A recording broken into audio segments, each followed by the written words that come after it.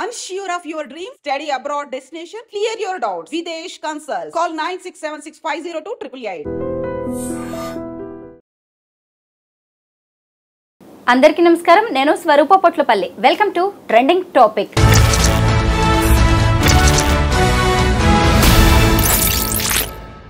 తొమ్మిది నెలల సుదీర్ఘ విరామం తర్వాత వ్యోమగాములు సునీత విలియమ్స్, బుచ్ విల్మోర్ అంతరిక్షం నుంచి భూమికి చేరుకున్నారు. ప్రస్తుతం వారి ఆరోగ్య పరిస్థితి ఎలా ఉంది, వాళ్ళు మళ్ళీ నార్మల్ లైఫ్ని లీడ్ చేయడానికి ఎలాంటి ట్రీట్మెంట్స్ తీసుకోవాల్సి ఉంటుంది, అలాగే నాసా వారిని అంతరిక్షంలోకి పంపిన లక్ష్యం అనేది నెరవేరిందా, ముఖ్యంగా స్పేస్లో ఉన్నప్పుడు యూరిన్నే రీసైకిల్ చేసి వాడుకోవాల్సిన పరిస్థితి ఉంటుంది. అలాంటిది మహిళా వ్యోమగాములు అంతరిక్షంలో ఉన్నప్పుడు పీరియడ్స్ వస్తే పరిస్థితి ఏంటి, ఇంతకీ మన దేశంలో అంతరిక్ష పరిశోధనలు అనేవి ఎలా జరుగుతున్నాయి, మనం కూడా అంతరిక్షంలో స్పేస్ సెంటర్ ఏర్పాటు చేసుకునే అవకాశం ఉందా, ఇలాంటి క్వశ్చన్స్ అన్నిటి మీద కూడా సామాన్యుల నుంచి సైంటిస్టుల వరకు పెద్ద చర్చే జరుగుతోంది. ప్రస్తుతం నాతో పాటు రిటైర్డ్ సైంటిస్ట్ కేఏవి చక్రవర్తి గారు ఉన్నారు. ఆయనతో మాట్లాడి ఈరోజు అనేక విషయాలను తెలుసుకుందాం. సార్ నమస్తే. నమస్తే అండి. అసలు ప్రస్తుతం అయితే సునీత విలియమ్స్, బుచ్ విల్మోర్ గురించి ఎంత చర్చ జరుగుతుందో మనం చూస్తూనే ఉన్నాం. వారిని కిందికి తీసుకొచ్చేటప్పుడు స్ట్రెచెస్ మీద తీసుకొచ్చారు సార్. అసలు వాళ్ళ హెల్త్ కండిషన్ ఎలా ఉంది అనే దాని మీద కూడా పెద్ద చర్చ జరుగుతుంది. ఎందుకంటే స్పేస్లో 9 నెలలు ఉండి వచ్చారు. వారి శారీరక ఆరోగ్య పరిస్థితి ఎలా ఉండే అవకాశం ఉందంటారు? సంతోషం అండి. మీ ఛానల్ ఐ డ్రీమ్స్ అన్నారు. అవన్నీ మీ డ్రీమ్సే కాదు, ప్రజల డ్రీమ్స్ అన్నీ నెరవేరాలి, వాళ్ళకు కొత్త కొత్త విషయాలు తెలపాలి అని ఈ సంస్థ పెట్టి ఆల్ యువర్ డ్రీమ్స్ అన్నట్టుగా నాకు అనిపిస్తోంది ఈ channel. Thank you very much for inviting me. Thank you. చూడండి, ఈ సునీత విలియమ్స్ ఆవిడ నిన్న వచ్చారు, సంతోషం. జూన్ 6వ తారీఖు వెళ్ళారు. డిలే అయింది. సూక్ష్మంగా చెప్పాలి అంటే థ్రస్టర్సు, దానివల్ల వచ్చిన ప్రాబ్లమ్స్, హీలియం లీక్స్ వచ్చాయి. వాళ్ళు వెళ్ళిన వాళ్ళ స్టాండ్ పాయింట్స్ ఫర్ రీసెర్చ్కి ఏమున్నాయనే దానికన్నా ముందు అనుకోని ఈ సమస్యలు వచ్చి, ఇవి కూడా టెక్నికల్ సమస్య, సైన్స్ విజ్ఞానం పెంచుకోవడానికి ఇది కూడా రీసెర్చ్లో పార్టే. అలాంటి సమయాల్లో మనం ఎలా చేయాలి అనే రిపేర్లు అన్నీ చేసుకుని వచ్చారు. అది కూడా ఒక మంచి టాస్క్ వాళ్ళు కంప్లీట్ చేశారని ముందుగా నేను చెప్పి వాళ్ళని అభినందిస్తున్నాం. కింద నాసా వారు కింద నుంచి అన్ని మానిటర్ చేసి సెట్ చేసి వాళ్ళని కిందకి తీసుకొచ్చారు. చాలా సంతోషం. ఒక సైన్స్ అండ్ టెక్నాలజీలో ఒక కొత్త చాప్టర్ ఓపెన్ చేశారు. కిందే కాదు, గ్రౌండ్ మీద వస్తువుల్ని రిపేర్ చేయడం కాదు, అక్కడ కూడా మనం రిపేర్ చేసుకుందామని అనే ఒక పాయింట్కి వచ్చారు. 2, ఈవిడ రావడం అందరి అటెన్షను బాగా తీసుకుంది. ఎందుకంటే ఈవిడ 101వ యువతో 102వ యువతో మరి నాకు తెలియదు. ఒకటి అదొక రికార్డ్ అవుతే, మొదట వెళ్ళిన ఎన్ని సంవత్సరాలు ఉన్న ఆ ఉమెన్ కన్నా ఈవిడ క్యూములేటివ్గా 600 చిల్లర రోజులు ఉన్నారు. ఇది హయ్యెస్ట్. ఇప్పటి వరకు రష్యన్ వ్యోమగామి అవుతే 1000 రోజులు క్యూములేటివ్గా అక్కడ గడిపి వచ్చారు మిర్ స్పేస్ స్టేషన్లో. ఇక్కడ మనం చెప్పుకోవాల్సింది ఏంటంటే, ప్రపంచంలో 3కే ఈ స్పేస్ స్టేషన్లు ఉన్నాయి: అమెరికా, రష్యా, చైనా. అమెరికాలో యూరోపియన్ స్పేస్ ఏజెన్సీ వాళ్ళు పాత్రులై ఉన్నారు. వాళ్ళందరూ అంటే వాళ్ళు కూడా కూటమిలో వాళ్ళు భాగస్వామి అయ్యి వాళ్ళు పంచుకున్నారు. మిగతా వాళ్ళు కూడా ఈ ఐఎస్ఎస్లో అన్ని దేశాలు కలుపుకున్నాయి. ఓకే అండి. సో మన పరిస్థితి ఏమిటి అంటే, భారతీయ స్పేస్ స్టేషన్ అనేది మనం కూడా దీంట్లో ముందుకు వెళ్ళాలని ట్రై చేస్తున్నాం. అందరికీ ప్రేక్షకులకు తెలుసు, స్పేడెక్స్ చేసాము, డాకింగు అన్డాకింగు చాలా సక్సెస్ఫుల్గా చేసాము. రెస్డోనియస్ అంటారు, అంటే ఎవరన్నా ఒక లవర్సు ఒక ప్రాంతంలో ఫలానా సమయానికి మీట్ అవ్వాలి అనుకుంటే ఆ పార్కులో ఎలా మీట్ అవుతారో, అంతరిక్షంలో ఆ 2 శాటిలైట్ని మేము అలా ఇక్కడ కూర్చుని కదిపాం. ఆ 2 స్పేడెక్స్ ఏ, బి అంటారు, కొంతమంది 1 and 2 అంటారు. ఆ 2 ప్రేమ పక్షుల్ని, భారతీయ ప్రేమ పక్షుల్ని మేము అక్కడ కలిపాం ఆనందంగా. దానివలన ఎంతో టెక్నాలజీ సంపాదించాం, ఇటు సాఫ్ట్వేర్ నుంచి హార్డ్వేర్ వరకును. సో అది తర్వాత మీరు అడిగారు, వాళ్ళ వచ్చిన తర్వాత ఆరోగ్య పరిస్థితి ఎలా ఉంటుంది ఏమిటి. ఇన్ని నెలలు 8 రోజులు అనుకున్నది 9 నెలలు ఉన్నారు కనుక ఏమైపోతుంది? మగవాళ్ళు వేరు, ఆడవాళ్ళు వేరు. ఇక్కడ ఫస్ట్ పాయింట్ మనం చెప్పవలసింది, మనకు తెలియని డేటా, రాని డేటా, ఎక్కడా లేని డేటా ఏమిటి అంటే ఆవిడకి సంవత్సరాలు 52, 55 సంవత్సరాలు అని ఉన్నాయి. మెనోపాజ్ అయిందా లేదా మనకు తెలియదు. ఒకటి. నెంబర్ 2, స్పేస్లోకి వెళ్ళేటప్పుడు వ్యామగావుల్ని, యాస్ట్రోనాట్స్ని, మగవాళ్ళు అవనివ్వండి, ఆడవాళ్ళు అవనివ్వండి, రకరకాల టెస్టులు ఉంటాయి వాళ్ళకి. ఏమండి, అక్కడికి వెళితే నిద్రలేమి సమస్య వస్తుంది, బాడీ మాస్ తగ్గుతుంది కొంచెం. ఏమండి, అంటే దానివల్ల ఏంటి, బోన్ డెన్సిటీ తగ్గుతుంది. ఏమండి, అలాగే రక్తనాళాల్లో మీకు మామూలుగానే బాడీలో హెడ్ నుంచి కాళ్ళ వరకు చూస్తే రకరకాల ప్రెషర్స్ ఉంటాయి. అలాంటిది మైక్రోగ్రావిటీలో ఉన్నప్పుడు ఆ బ్లడ్ ఫ్లో అనేది కొంచెం అన్ఈవెన్గా ఉంటుంది. ఇవన్నీ కూడా బాడీకి సమస్యలు. అవి కాకుండా ఇంట్రాఆక్యులర్ సిండ్రోమ్ అని కళ్ళకి ఒక జబ్బు కూడా వచ్చే ఛాన్స్ ఉంది. అంటే మీకు అందరికీ తెలిసే ఉంటుంది, ఏదో బాడీకే ప్రెషర్ అనుకుంటారు. చాలా యంగ్స్టర్స్కి తెలీదు, పెద్దవాళ్ళకి కండ్ల ఏమంటారు చేయించుకుంటారు కదా, శుక్లాలు చేయించుకున్న వాళ్ళకి తెలుస్తుంది. ఏంటంటే కళ్ళకు కూడా ప్రెషర్ అనేది డెవలప్ అవుతుంది. హై ప్రెషర్కి వెళ్ళిపోతే గ్లూకోమా అలాంటివి వచ్చే పరిస్థితులు వస్తాయి. ఏమండి, మీకు చెప్పాను నేను, బ్లడ్ ఫ్లోలో మారుతూ ఉంటుందని. మామూలుగానే ఇక్కడ తక్కువ ప్రెషర్ ఉంటుంది, మీకు బ్రెయిన్కి పనిచేస్తుంది. ఏమండి, మీకు చూస్తే డేటా తెలిస్తే తెలుస్తుంది అది. అలాంటప్పుడు ఈ ఐస్కి సంబంధించిన రోగాలు వాళ్ళకు ఉన్నాయో లేదో భూమి మీద ఉన్నప్పుడే నాసా ఆస్ట్రోనాట్స్కి రకరకాల గైనకాలజీ టెస్ట్ నుంచి, ఫిజిషియన్ నుంచి, కార్డియాలజిస్టు, అందరూ డాక్టర్లు వాళ్ళు టెస్ట్ చేస్తారు.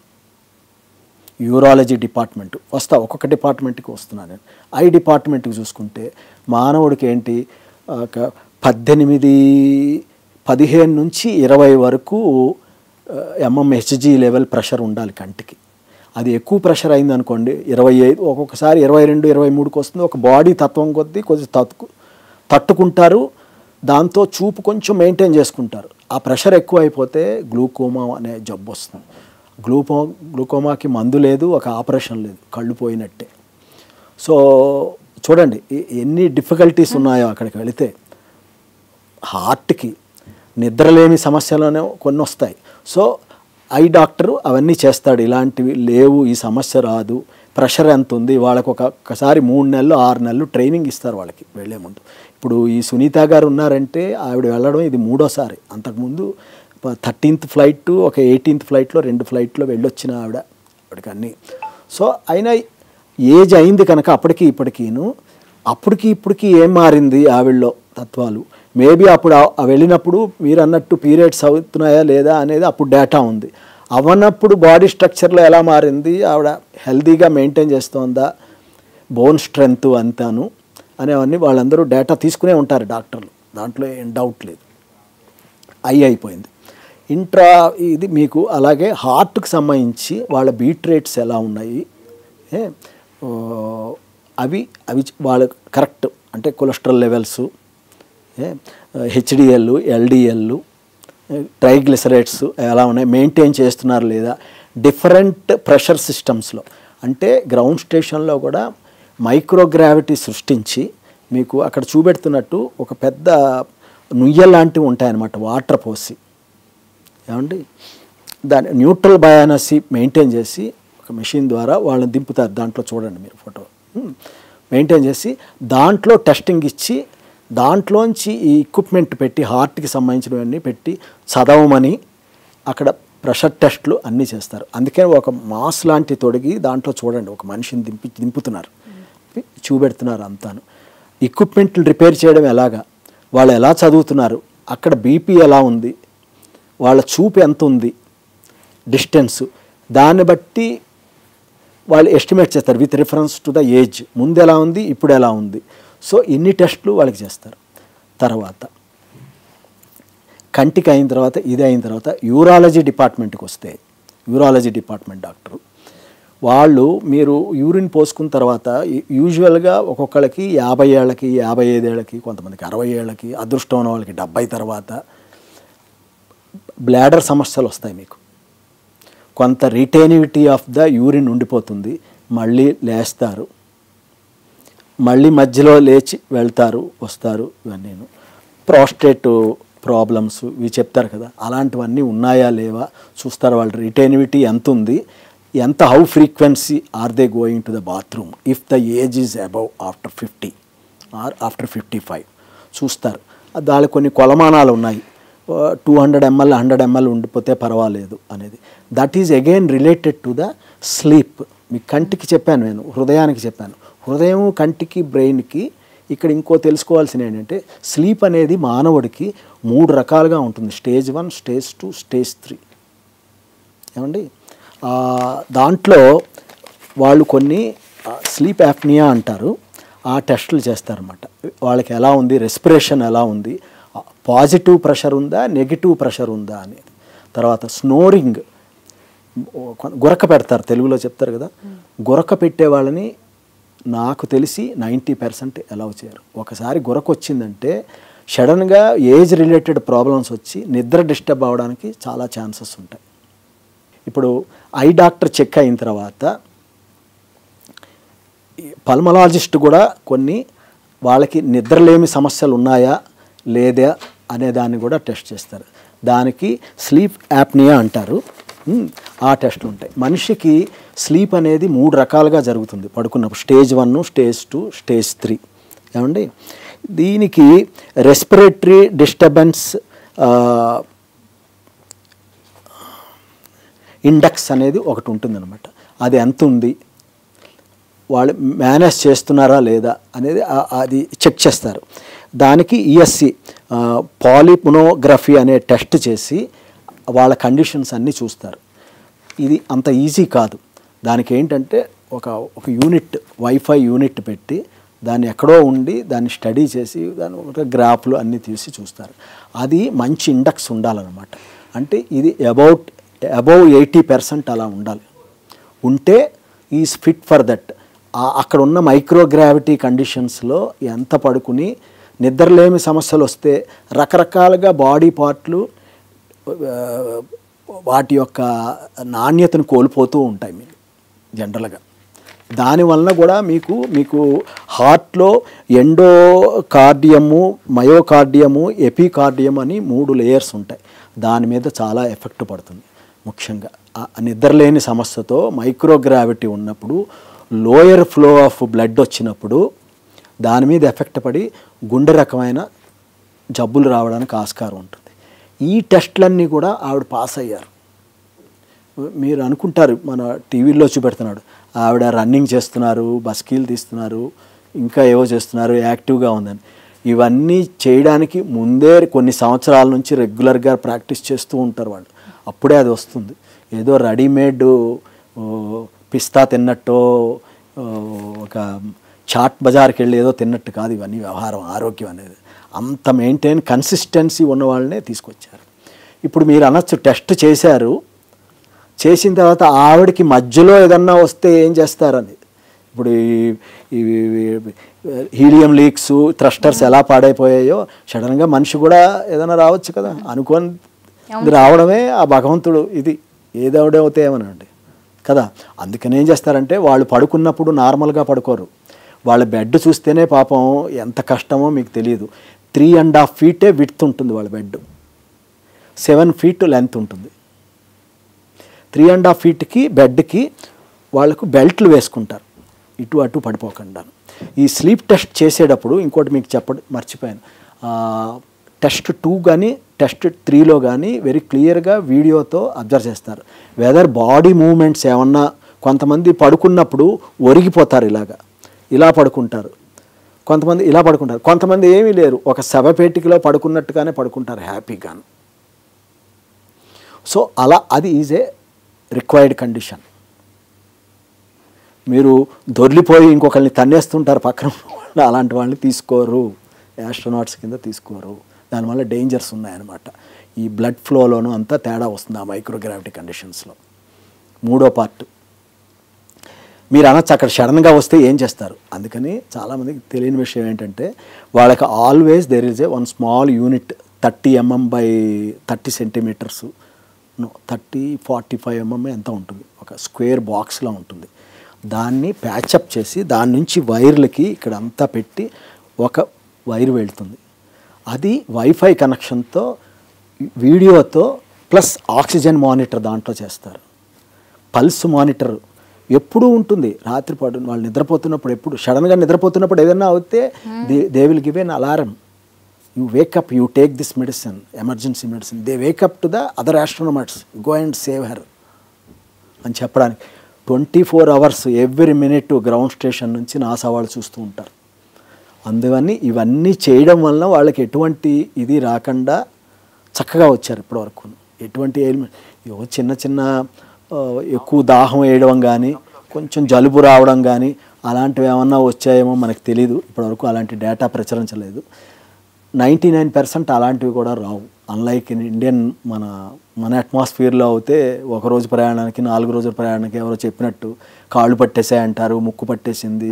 అయితే ఇంకా రైల్లో ప్రయాణిస్తే చెవులో అంటోంది, రైల్లో వెళితే ఇలా ఉంటుంది, ఇలా చెప్తారు. ఇక్కడ అవేమీ లేవు. Only thing microgravity condition as such will create some problems as I told you. అంతరిక్షంలో ఆమె గాల్లో తేలుతూనే కనిపిస్తూ ఉన్నారు. అయితే మరి భూమి మీదకి వచ్చిన తర్వాత పరిస్థితి ఏంటి? ఎక్కడికక్కడ కాళ్ళు చేతులు పట్టేసి ఉంటాయి.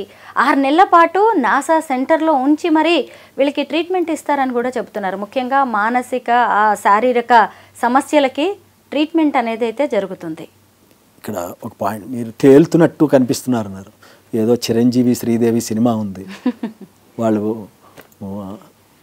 ఆ లోకానికి వెళ్ళిపోయి హాయిగా తేలుతూ ఏంటంటే చాలా జగదేక వీరుడు అతిలోక సుందరి. ఆహా, ఎంత పాట అది, ఎంత మంచి పాట. చిరంజీవిని మెచ్చుకోవాలి, అద్భుతమైంది. అలాగే అక్కడ కూడా మనకు అలా కనిపిస్తున్నారు. నిజంగా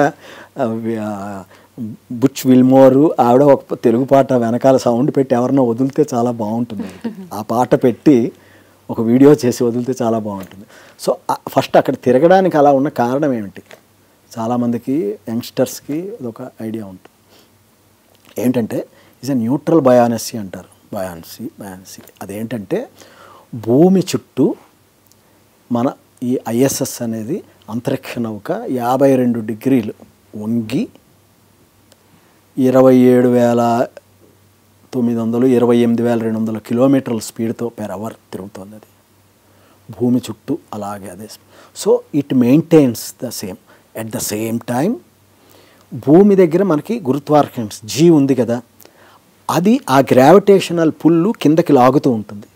ఇది ఈ ఫోర్స్తో వెళుతోంది ఇలా తిరుగుతూను. ఈ రెండు సమానం అయినప్పుడు కొంతమంది ఓకే సమానమైనప్పుడు తిరుగుతోంది కదా, మన భూమి చుట్టూతా కూడా ఏదో గీత గీసినట్టు ముగ్గేసినట్టు రౌండ్గా లేదు మీకు. ఇలా సముద్రము కిందకి, మీరు తిరువనంతపురం వెళ్ళారనుకోండి మీకు అక్కడే తెలుస్తుంది. కన్యాకుమారి నుంచి మళ్ళీ అలా వెళితే అలా ఉంటుంది, ఇలా ఉంటుంది. మన ఇండియా బంగ్లాదేశ్ దగ్గర చూస్తే సముద్రం ఇలా వెళ్ళి ముందుకు వస్తుంది. అది ఒక 6 kilometers ఇటు 10 kilometers చేంజ్ ఉంటుంది, ఒక వీ షేపుల్ లాగా. చూసారు కదా ఇండియాకి పైన.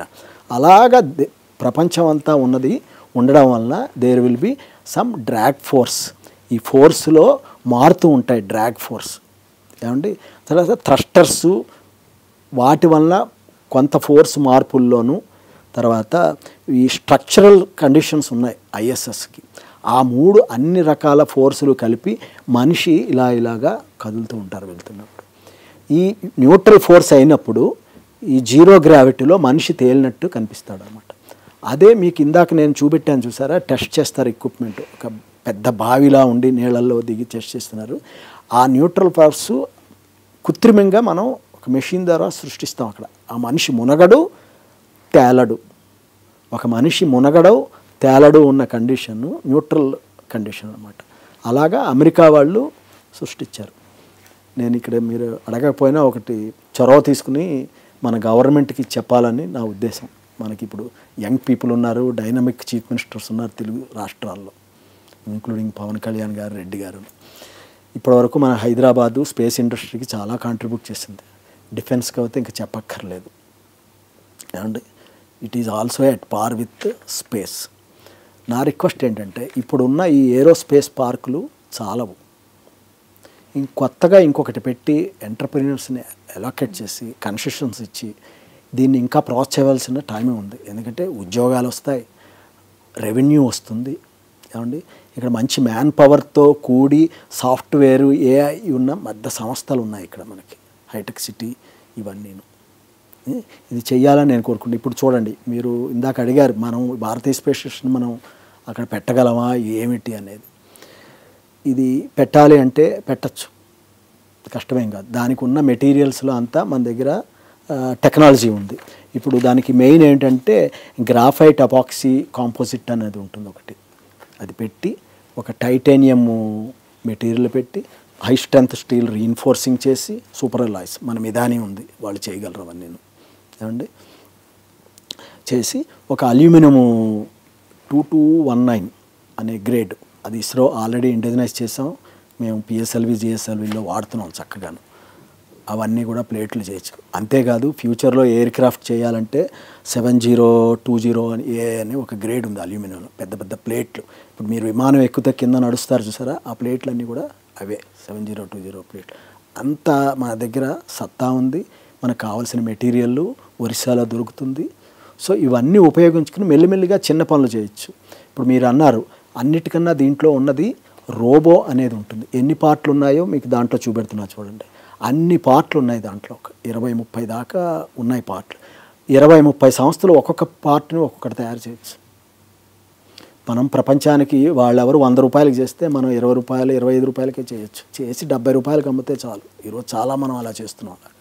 ఆ పార్ట్లు చూడండి అన్నీ ఉన్నాయి, అవన్నీ చేయొచ్చు. అవన్నీ కలిపితే ఒక స్పెషలైజ్డ్ రోబో అనమాట. దాంతో ఈ ట్యూబులర్ కన్స్ట్రక్షను చేస్తారు. ఇది సార్ ఇప్పుడు 8 రోజులు ఉందామని అంతరిక్షంలోకి వెళ్ళిన వాళ్ళు 286 రోజులు ఉండాల్సి వచ్చింది. అంటే సాంకేతిక సమస్యల వల్ల అక్కడ ఆగిపోవాల్సి వచ్చింది అంటున్నారు. ఏంటంటారు ఆ సాంకేతిక సమస్యలు? కాదండి,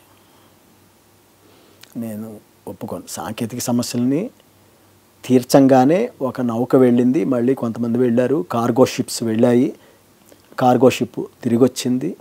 ఆ కార్గో షిప్లో లోపల అరేంజ్మెంట్ చేస్తే మళ్ళీ మనుషులు దాంట్లో రావచ్చు. The aim is not that. మీరు మొదట అడిగినట్టుగా వాళ్ళకు ఒక ఫిక్స్డ్ టార్గెట్స్ ఇచ్చారు, ఈ ఎక్స్పెరిమెంట్స్ చేయాలి ఇవి అనేది. మీరు అందరూ అనుకుంటారు ఏదో కొత్తగా ఏదో అక్కడే తొందరగా వెళ్ళి సృష్టించేయడం కాదు.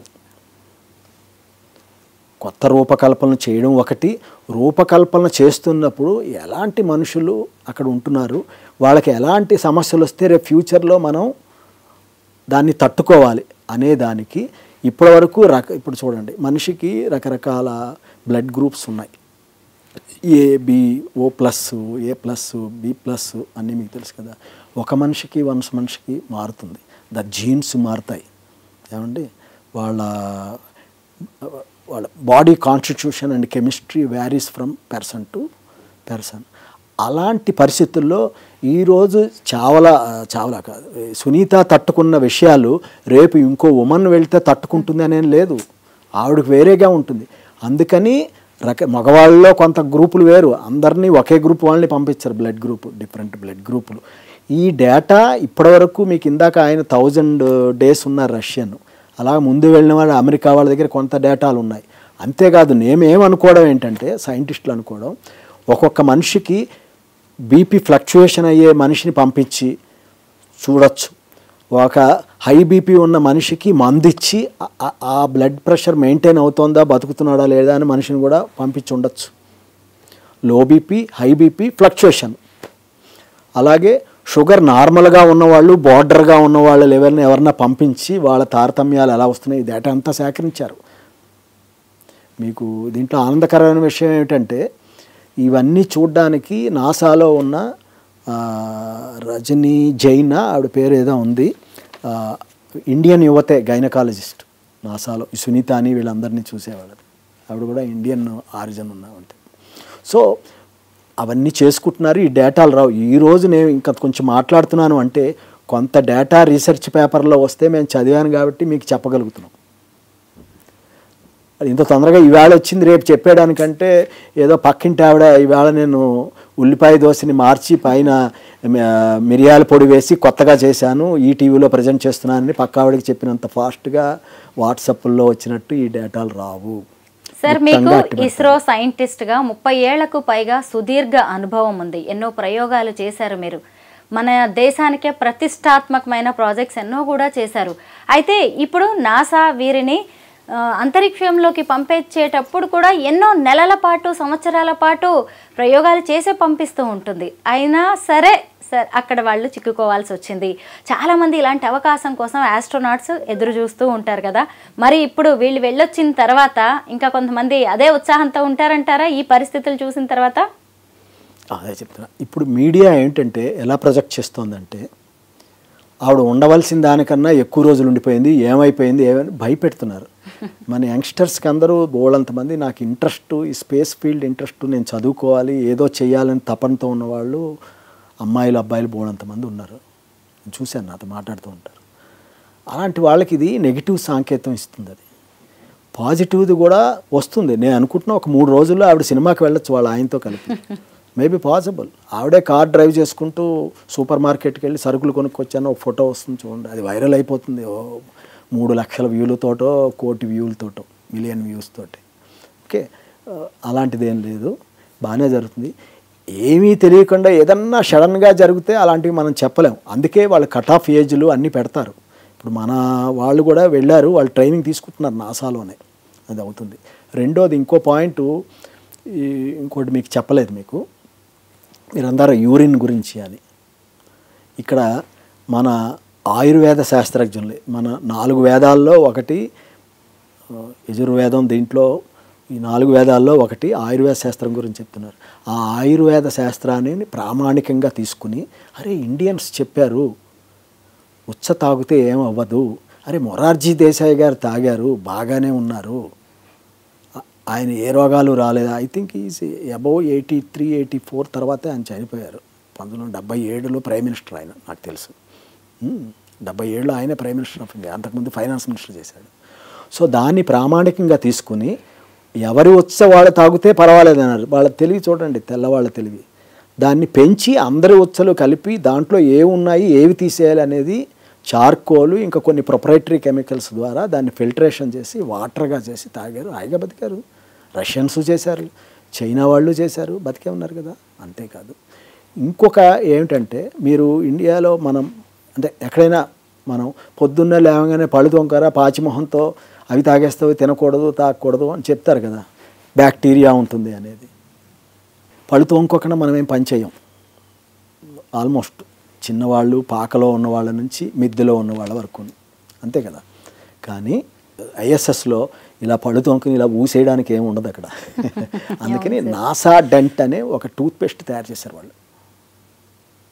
ఆ టూత్పేస్ట్ ఏంటంటే పళ్ళు తోముకుని చక్కగా అది మింగేయచ్చు. సో ఇలాంటి వాటికి తట్టుకోవాలి వాళ్ళు కూడా వెళ్ళేవాళ్ళు. మీకు చెప్తున్న ప్రిలిమినరీ టెస్టులు ఉన్నాయి చూసారా, ఇన్ని ఉన్నాయి. ఒక జాబ్కి కావాలంటే, ఒక అడ్మిషన్ కావాలంటే డేట్ ఆఫ్ బర్త్ ఇవన్నీ పేరెంట్స్ నేమ్స్ అన్నీ ఎలా చూస్తున్నారో, ఏజ్ రిఫరెన్స్, ఇలా మెడికల్ ప్రిఫరెన్సెస్ చాలా ఉన్నాయన్నమాట. ఆ కండిషన్స్ అన్నీ టాలీ అవుతేనే లోపల పంపిస్తారు. ఆ తర్వాత రిగరస్ అదే క్లైమేటిక్లో మైక్రోగ్రావిటీ కండిషన్స్లో నాసా వాళ్ళు అక్కడ పెట్టారు. ఫ్లోరిడా దగ్గర, హ్యూస్టన్ దగ్గర ఈ ల్యాబ్స్ ఉన్నాయి మన దగ్గర.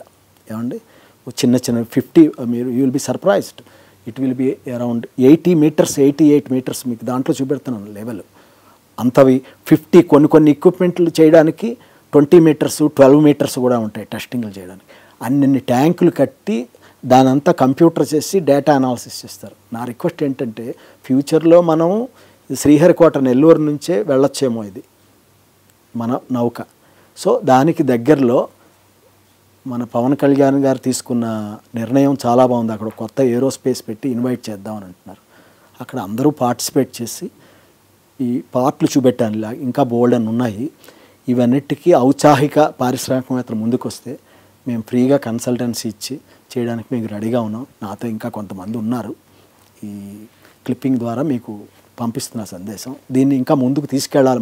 ఈ తెలంగాణ గవర్నమెంట్ కూడాను ఆదిలాబాద్లోనో వరంగల్కి దగ్గర కొత్త ఎయిర్పోర్ట్ వస్తుంది మనకి, ఆయన చొరవ వలన వస్తే బాగుంటుంది. అక్కడ మంచి ఇండస్ట్రియల్ ఎస్టేట్ పెట్టాలని నా కోరిక. మామనూరుకి ఆ దగ్గరలో పెట్టారు. అంతేకాదండి, రేవంత్ రెడ్డి గారికి నేను డైరెక్ట్గా చెప్తున్నాను, ఆనాడు చంద్రబాబు నాయుడు కట్టిన ఈ బిల్డింగ్ ఆయన చొరవతో వచ్చిన హైటెక్ సిటీకి ధీటుగా ఇంకొకటి పెద్దది ఒక 30 floors ఎలాగో పెట్టి 4 హెలికాప్టర్ల పైన రూఫ్ మీద దిగాలి. ఎందుకు చెప్తున్నానంటే నిన్న మొన్న కొంతమందితో మాట్లాడాను, చైనా తోటి కొంత మా సైంటిస్టులతో మాట్లాడాను. ఇవి ఉన్నాయి చూసారా, డ్రోన్స్ దిగడానికి వాటికి ఒక బే ఏరియా క్రియేట్ చేసి ఒక ఫ్లోర్లో ఎక్సర్సైజులు, సాఫ్ట్వేర్ ఇంజనీర్లకి ఒక ఫ్లోర్లో ఇది చేసి, మీరు అందరూ అనుకుంటారు చైనా వాళ్ళు మనకన్నా ముందున్నారు కదా అన్నిట్లోనూ, ఇటు జీడిపిలో కానీ దేంట్లో కానీ ఉన్నారు. అలా రావాలి అంటే ఇలాంటి మనుషులు చొరవ తీసుకుని ఒకటి కట్టాలి. వాళ్ళు 996 అంటారు రకంగా పనిచేస్తారు. 9 గంటలకు వస్తారు, 9 గంటలకు వెళ్తారు, మళ్ళీ 12 గంటలు, వారానికి 6 రోజులే పనిచేస్తారు. అలా కృషి చేస్తే ఈరోజు అంత జీడిపి ట్రిలియన్ ఎకానమీకి వచ్చారు. అమెరికా వాడు ఆల్మోస్ట్ $1 ట్రిలియన్ అప్పు ఉన్నాడు అమెరికా వాడు చైనాకి. సో ఇలాంటి కండిషన్స్ మనం తయారు చేసి పెడితే ఇక్కడ వస్తారు, ఔత్సాహికులు ఉన్నారు పని చేయడానికి వస్తారు. దీంట్లో బోల్డెన్ రీసెర్చ్ ల్యాబ్స్ రావచ్చు, అన్నీ ఒక 20 స్టోరీడ్ హెలిప్యాడ్స్ రావాలి, ఏమండి ఒక స్విమ్మింగ్ పూలు, మధ్యలో పావుగంటే భోజనానికి టైం ఇస్తారు వాళ్ళు, అర్థమైందండి. మధ్యలో ½ అన్ అవర్ రెస్ట్కి ఇస్తారు, న్యాప్కి. ఇలాంటివన్నీ ఉన్నాయి, మిగతా దేశాల్లో నడుస్తున్నాయి. అలా ఉంటేనే ఫ్యూచర్లో మన యువతకి, పెరుగుతున్న జనాభాకి మనం ఏదో ఒక దారి చూపెట్టగలం. సార్, కారణాలు ఏవైనా కానీ 9 నెలల పాటు 2 ఆస్ట్రోనాట్స్ జీవితాలు గాల్లో దీపాల్లాగా ఉన్నాయి. అయితే కొన్నాళ్ళ పాటు అక్కడ ఉన్నాయి అని అనుకుంటున్నాం, కానీ అక్కడ గాలి లేదుగా. అవును, మనం మాటల్లో చెప్పుకోవడం మొత్తానికి. అయితే సార్, మరి ఇప్పుడు నాసా వారిద్దరిని అంతరిక్షంలోకి పంపించిన టార్గెట్ రీచ్ అయినట్టేనా? వారి లక్ష్యం నెరవేరిందంటారా? ఇది చెప్పడం చాలా కష్టం. బట్ వాళ్ళు ఇచ్చిన టైం ఫ్రేమ్కి తర్వాత మొదట నేను ఒక ఛానల్లో ముందుగానే 3.5 నెలల క్రితమే చెప్పాను ఈవిడ మార్చిలో వస్తారు అని. వేరే ఛానల్లో చెప్పాను, అది ట్రూ అయింది. అది స్క్రాల్ అవుతోంది, 50,000 వ్యూస్ వచ్చాయి దానికి, నాది కరెక్ట్గా. ఎందుకు చెప్పాను, ఎలా చెప్పానంటే కొన్నింటికి రిపేర్ టైము, ఏమండి దాని స్టాండర్డైజేషను, దాని వర్క్ పెర్ఫార్మెన్సు, కొన్ని చూడవలసిన పీరియడ్ ఉంటుంది. అవన్నీ చూసి నేను చెప్పాను, కరెక్ట్గా అలాగే అయింది. మార్చిలో వచ్చాను. Probably February end to March అన్నాను. మార్చి 19, 20 వచ్చారు కదా వాళ్ళు. చాలా సంతోషం. వాళ్ళు చేశారు, వాళ్ళ టార్గెట్స్ ఫుల్ఫిల్ అయ్యాయి. అందుకనే వాళ్ళు అక్కడ 2 రోజులు ఇటు నుంచి వెళ్ళిన వ్యామోగమనకి ఫైల్స్ అన్నీ ఇచ్చి కొన్ని చెప్తే వెళ్తారు. ఇప్పుడు షిఫ్ట్ డ్యూటీలో ఉన్నప్పుడు ఒరే ఈ పేషెంట్కి ఉన్నాడు అనుకోండి, వీడికి బీపీ ఇచ్చాను, ఈ 2 మందులు ఇప్పుడు ఇచ్చాను, 2 o'clock షిఫ్ట్ అయిపోతాయి, 3-4కి ఒక పారాసిటమాల్ పడేయి, ఇంకొక టాక్సికమ్ ఇచ్చేసాయి యాంటీబయాటిక్ అని ఆ పాపం నర్సు చెప్పి వెళ్ళిపోతుంది. అలాగే ఇక్కడ కూడా అలా జరిగింది. అది రాశారు, ఏదో పేపర్లో చదివాను, నాసా న్యూస్లో కూడా నేను చదివాను, వర్క్ వాజ్ హ్యాండెడ్ ఓవర్ అని.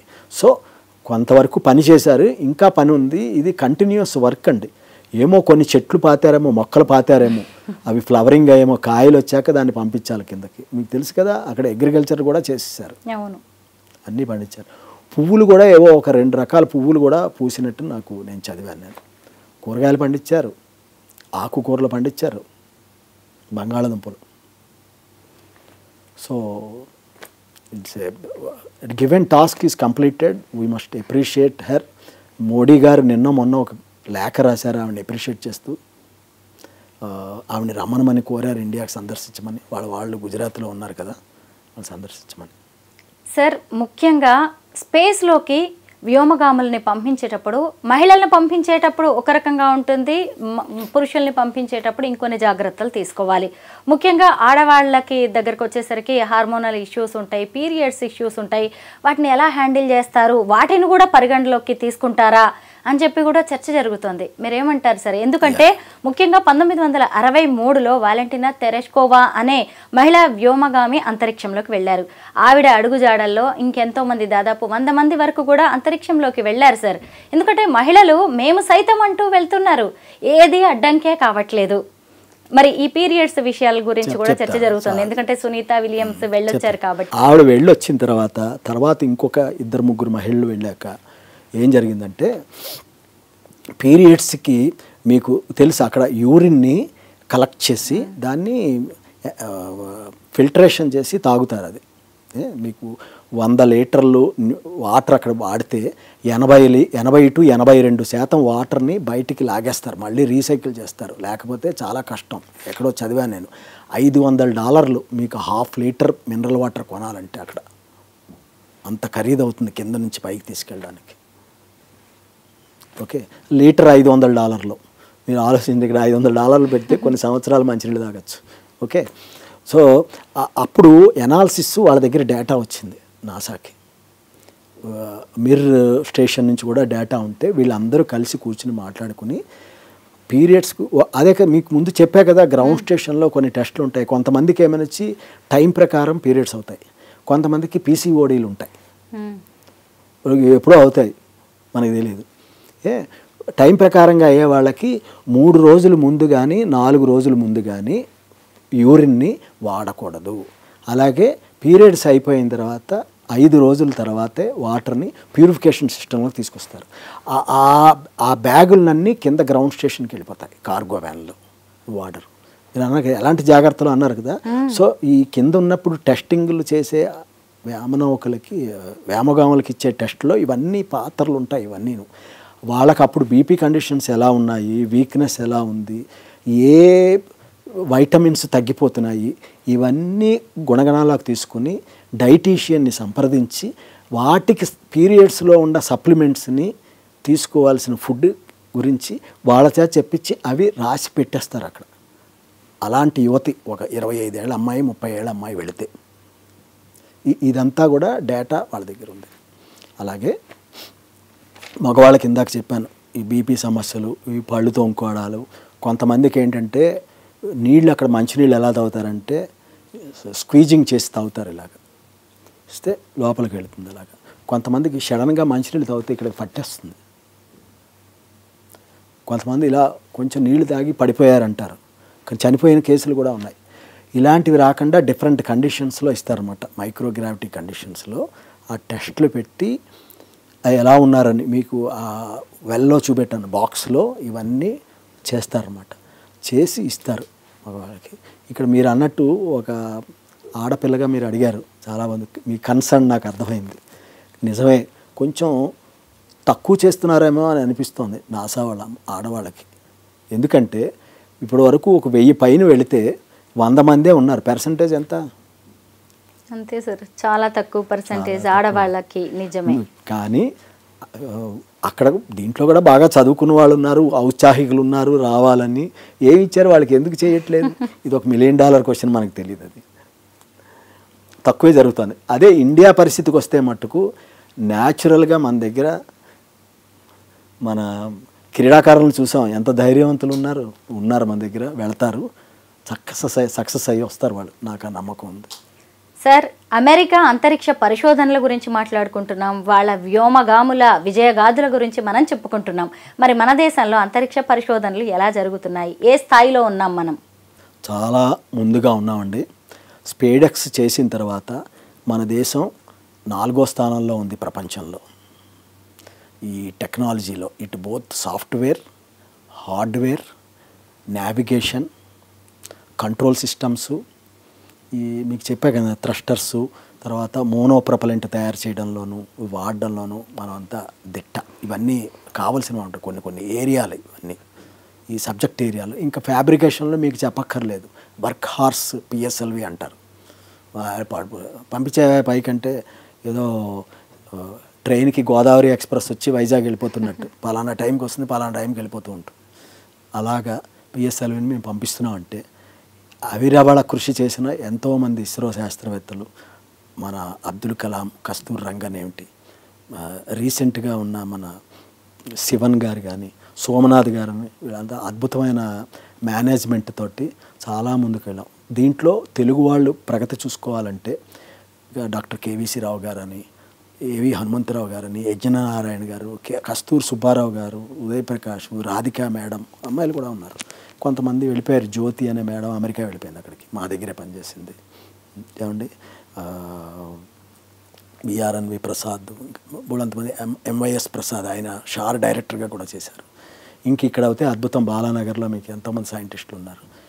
ఏమండి దీక్షితులు గారు ఎంతో చేశారు. ఆనాడు అంత కష్టపడి ఎన్ఆర్ఎస్ఏ పెట్టడం వలన 24 కోట్లు, 46 కోట్లు, 100 కోట్లు, 700 కోట్లు, ఇప్పుడు 850 కోట్లు ఆర్జించే పరిస్థితికి వచ్చింది మన హైదరాబాద్ బాలానగర్ ఎన్ఆర్ఎస్ఏ యూనిట్. నేను ఒక యాన్యువల్ రిపోర్ట్లో చదివాను నేను. అంటే మీకు అంటే ఎలా చెప్తున్నా అంటే 50 పైసలు మనం గవర్నమెంట్ మా మీద ఖర్చు పెడితే మేము ఆల్మోస్ట్ ₹45 to ₹50 రేంజ్లో ఇస్తున్నాం ఇయర్ బై.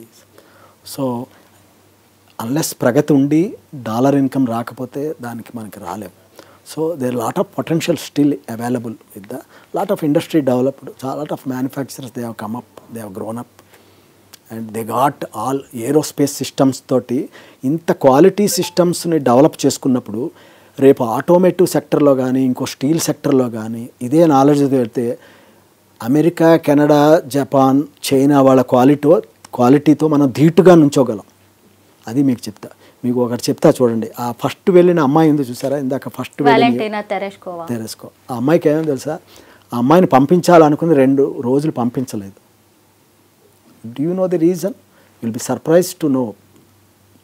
ఏంటంటే ఒక యాస్ట్రోనాట్ సూట్ ఉంటుంది చూసారా, మామూలుగా మీరు ఒక టైలర్ దగ్గరికి వెళితే 6 సెంటీమీటర్లు ఇక్కడ పొడవు ఉండాలి అనుకుంటే వాడు 5 పాయింట్ కొంచెమే కదండి పర్లేదంటే ఏముందిరా 2 కనపడతలేని వేసుకుంటారు మగపిల్లలు. యాక్చువల్లీ ఆడపిల్లలు అయితే వాళ్ళలో కూడా కొన్ని లూజు టైటు ఇవి ఉంటాయి కదా, సరి చేసుకుంటారు. కొంచెం అటు ఇటు ఉన్న మేనేజబుల్ అని వదిలేస్తారు. స్పేస్లో అది కుదరదు. మైక్రాన్ లెవెల్లో ఇవన్నీ కూడాను బట్టలు, స్పేస్ షూట్స్ ఇవన్నీను. ఆవిడకి 0.02 mm ఎక్కడో డిఫరెన్స్ వచ్చిందని సూట్లో ఆవిడ ఫ్లైట్ ఆపేశారు. ఫ్లైట్ అంతా బాగానే ఉంది. సూటు ఈవీ సూట్ అని ఒకటి ఉంటుంది, ఎక్స్ట్రా వెహికులర్ యాక్టివిటీ అంటే అది ఒక సపరేట్, లోపల ఉన్నప్పుడు ఒకటి ఉంటుంది, బయట ఉన్న ఒకటి. దానికి కొన్ని కనెక్షన్స్, మన ఎయిర్ వెళ్ళడానికి థర్మల్ సిస్టమ్ ప్రొటెక్షన్స్ అన్నీ ఉంటాయన్నమాట దాంట్లో. విత్ కెమెరా డైరెక్ట్ మాట్లాడడం, ఒక తాడు కట్టి ఉంటారు, ఏదన్నా అవుతే మళ్ళీ రావడం, రిపేర్లు అన్నీ చేస్తారు కదా స్పేస్ని. ఆ సూట్లో తేడా వచ్చింది ఆవిడకి. పంపం వెరీ డేంజరస్ సిచ్యువేషన్. మీరు టెంపరేచర్స్ చూస్తే నాకు తెలిసి 122 degrees టు -150 degrees దాకా ఉంటుంది, ఒకటి మారుతుంది. కానీ అంత టెంపరేచర్ మనకి రాదు, ఎందుకంటే కన్వెక్షన్ కండక్షన్ లేదు, ఎయిర్ లేదు కదా. వేడి ఉంటుంది కానీ మనకి ఇది అవ్వదు అనమాట. అంటే హీట్ ట్రాన్స్ఫర్ అనేది లేదు అక్కడ, మీడియం లేదు కనుక అదొక ఇది. సో ఇంత టైట్ కంట్రోల్స్ ఉంటాయి. సో నేను చెప్పేది ఏంటంటే ఈ ఏరోస్పేస్ స్టాండర్డ్స్తో మన వాళ్ళు తర్ఫీదు పొందితే నాకు తెలుసు చాలా మ్యానుఫ్యాక్చరర్స్ ఇక్కడ వాళ్ళందరూ బ్రహ్మాండంగా ఉంటున్నారు, డిఫెన్స్కి అన్నిటికీ సప్లై చేస్తున్నారు. అందువల్ల మన డిఫెన్స్ ఏరియా కూడా చాలా స్ట్రాంగ్ అయింది. మనం చాలా మోడీ గారు వచ్చాక చాలా ఎక్స్పోర్ట్స్ జరిగాయి. 34,000, 14,000, 34,000, 64, మొన్న 84,000 కోట్ల రూపాయలు మనం ఆర్జించాం. అది నెక్స్ట్ టార్గెట్ 1,10,000 కోట్లు. సార్, అంతరిక్ష పరిశోధనలు చేస్తూ కూడా మనం దేవుణ్ణి నమ్ముతూ ఉంటాం, భగవంతుడి మీదే భారం వేస్తూ ఉంటాం, శాటిలైట్స్ పైకి పంపిస్తూ కూడా కింద పూజలు చేస్తాము. అలాగే సార్, సునీత విలియమ్స్ గారు కూడా చెప్పారు తాను అంతరిక్షంలోకి వెళ్ళేటప్పుడు గణేశుడి బొమ్మ తీసుకువెళ్ళానని, భగవద్గీతను తీసుకువెళ్ళానని. అంటే కళ్ళెదురుగానే అంతరిక్ష పరిశోధనలు చేస్తూ శాటిలైట్స్ మనం ఆకాశంలోకి పంపిస్తూ అయినా సరే కనిపించని దైవ బలాన్నే నమ్ముతూ ఉంటాం, ఎందుకంటారు? చాలా డిబేటబుల్ ఇష్యూ ఇది. సింపుల్గా చెప్తాను, దైవము నమ్మకం అనేది ఎవరికి వాళ్ళకి వదిలేయాలి. ఫస్ట్ 1, మేమైనా ఇస్రో వాళ్ళం కొన్ని 100 లడ్డూలు తిరుపతి వెళ్తాం, వెంకటేశ్వర స్వామి గుడికి కొండ మీదకి పెడతారు, వాళ్ళు లడ్డూలు ఇస్తారు. ఒక ప్రోటోకాల్స్ ఉన్నాయి, దాని ప్రకారం జరుగుతాయి. అమ్మవారి గుడి ఉంది సూలూరుపేటలో, అందరూ మా వాళ్ళు కూడా అక్కడికి వెళ్ళి పూజ చేసుకుని వెళ్తారు. అక్కడికి మీరు నమ్ముతారో నమ్మకం, క్రిస్టియన్స్ అయినా ఒక ముస్లిం అయినా వాళ్ళు కూడా దాంతో వస్తారు. సైంటిస్టులకి నమ్మకం ఉందా లేదా అనే కాదు, ఒక ప్రొసీజర్ ఫాలో అయినప్పుడు అది ఫాలో అవుతున్నారు అక్కడ. 1. నెంబర్ 2, సునీత విలియమ్స్ గారు విఘ్నేశ్వరుడు బొమ్మను పెట్టుకుని వెళ్ళారు, ఏ విఘ్నాలు రాకూడదని. మీకు చెప్పాను, space is always space where you cannot expect something to happen in the next moment. Suddenly something can happen. ఇక్కడ బీపీ రైజ్ అవుతే ఏదో తేడా వస్తే వెళ్తారు, గుండె జబ్బు వస్తే హాస్పిటల్కి వెళ్ళి కొంత రిపేర్లు చేయించుకుంటున్నారు, పడిపోయిన మనిషి కూడాను ఆర్టిఫిషియల్ ఇది ఇచ్చి రకరకాలుగా. అక్కడ ఏదేమైనా ఎప్పటికైనా పిసరంత ఒక అట్మోస్ట్ డేంజర్ ఉంటుంది. భగవంతుడే కాపాడాలని ఆవిడ నమ్మకం. భారత సంతతి కదా, భగవద్గీత అర్జునుడు చెప్పాడు కదా, అర్జునుడు శ్రీకృష్ణుడు నమ్మకం పెట్టుకో, పని చేసుకో, వెళ్ళు, నీ బాధ్యత నువ్వు నిర్వర్తించు, అన్నీ నీకు అవే జరుగుతాయని అని చెప్తారు. రెండోది, ఇవి ఎందుకు ఆవిడ కూడా నమ్ముతోంది అంటే, నేను చాలామంది నాతో ఒప్పుకోరు కొంతమంది, షష్టగ్రహ కూటమి అష్టగ్రహ కూటమి అని జరుగుతోంది. ఈ మధ్యనే చెప్పారు మీరు 13వ తారీఖు 14 మన దేశం నుంచి కొన్ని ప్రాంతాల్లో ఈ గ్రహాలన్నీ ఒక చోటకి లైన్లోకి, ఇది యాక్షన్ అట్టి లైన్లో కాదు, అక్కడ ఇక్కడ ఓవరాల్గా ఒక బ్యాండ్లోకి వస్తాయన్నమాట గ్రహాలన్నీ. ఇవి వస్తాయని ఇప్పుడైతే శాటిలైట్లు, మైక్రోస్కోపులు, టెలిస్కోపులు అవన్నీ పెట్టి చూసి, కదలికలు అవన్నీ చూసి నాసా వాళ్ళు అన్నీ చెప్తున్నారు. మన మోడీ గారు వచ్చాక మన నైనితాల్లో కూడా ఒకటి పెట్టారు, పెద్ద టెలిస్కోపు. అది నైట్ టైం కూడా పనిచేస్తుంది, మీకు రాత్రి కూడా చూడొచ్చు అనమాట. సో మరి ఈ శాటిలైట్ డేటా, ఈ టెలిస్కోప్ డేటా గొప్పదా? కింద కూర్చుని పాత మన సాంస్క్రిట్ నుంచి వచ్చిన లెక్కలన్నీ వేసి ఫలానా టైంకి ఈ గ్రహకూటమి ఇలా అవుతోందని ముందు చెప్పి, ఫలానా వాళ్ళకి ఈ ఎఫెక్ట్ ఉంది, ఫలానా వాళ్ళకి ఎఫెక్ట్ అవ్వచ్చు, అవ్వకపోవచ్చు అని చెప్తున్నారు. నేను ప్రేక్షకులకి మీకే వదిలేస్తున్నాను ఏది గొప్ప అని చెప్పడం. Thank you so much sir. అంతరిక్ష అద్భుతాల గురించి ఎంతో గొప్పగా వివరించారు. ధన్యవాదాలు.